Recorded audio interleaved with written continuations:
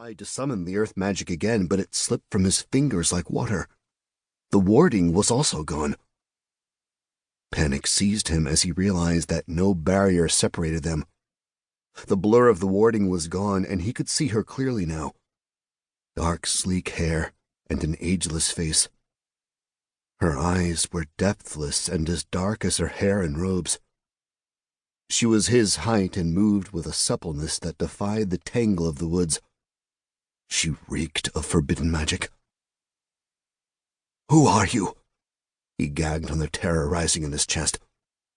He had been bound for this moment only, to defend the warding, to stop anyone from seizing the Everoot. No answer. "Who are you?" He squinted against the thickening shadows, watching as the afternoon sunlight faded and blackness gathered in its wake. The marsh water had soaked through his boots, but he was cold with fear. She opened her hand. A ball of reddish light glimmered against the curtain of long black robes she wore. His eyes widened, recognizing the shade of the flame. Terror writhed up his throat. He couldn't breathe. He couldn't think. He knew exactly what had come to kill him.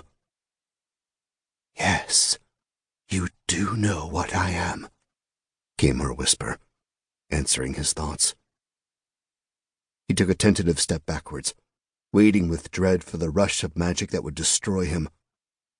"How did you find—" "I am the one who called you. I am the one who has tamed you. Serve me." The ground lurched as he fell to his elbows and knees, weeping in shame and loathing. He shook with cold as the marsh water soaked into the rest of his clothes. The city of Landmoor hunkered on a wide, flat hill overlooking the shoreland moors. It was an odd-looking hill, a little lopsided on the eastern slant, with teeth-like rows of stone jutting between splotches of green sedge. The fortress city occupied the summit from end to end, its tall, ridged walls interspersed with dominating watchtowers, bastions, and 2 gatehouses.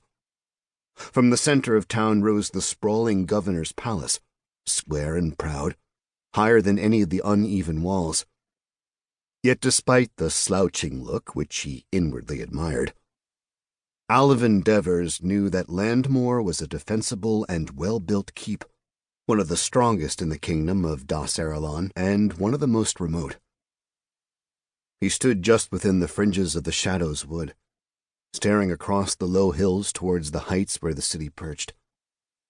A placid river snaked around the western bounds of the hill, wandering this way and that. A few narrow stone bridges spanned it, joining with the single road leading north to the woods. The lazy road came up the side of the hill before straightening out and reaching the gatehouse. It looked the same on the other side, too. He had seen it 100 times. Yet it was the first time Avisahn had ever known of an enemy army being so close to it unaware. The watchmen patrolling the heights couldn't see the gathering masses of soldiers and horsemen within the depths of the Shadow's Wood. Avisahn shook his head in disgust and scratched his beard.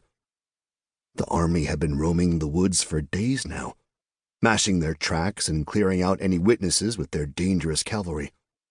It did well to hide their numbers as they converged on the King's Road. The city could withstand a formidable siege, but would the king of Dos-Aralon be able to send an army down soon enough to lift it? Fuming, he shook his head again. He doubted it. Not unless they learned about it first. He'd been tracking the army for several days now, and he knew his trade better than the Bandit Rebellion scouts.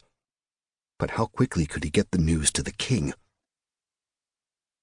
Waiting within the protective screen of trees, Avisahn sensed the movement more than heard it. Looking over his shoulder, he saw the Shae approaching him. They would have been able to sneak up on any man on either side of the war, but Avisahn knew the Shae. He envied how well they blended in with the marsh surrounding Landmoor. The browns and greens of their field garb fit the shadows and scrub of the woods. Their features were hardly remarkable if you knew them as well as he did. Most of his kind thought of the Shae as a freak.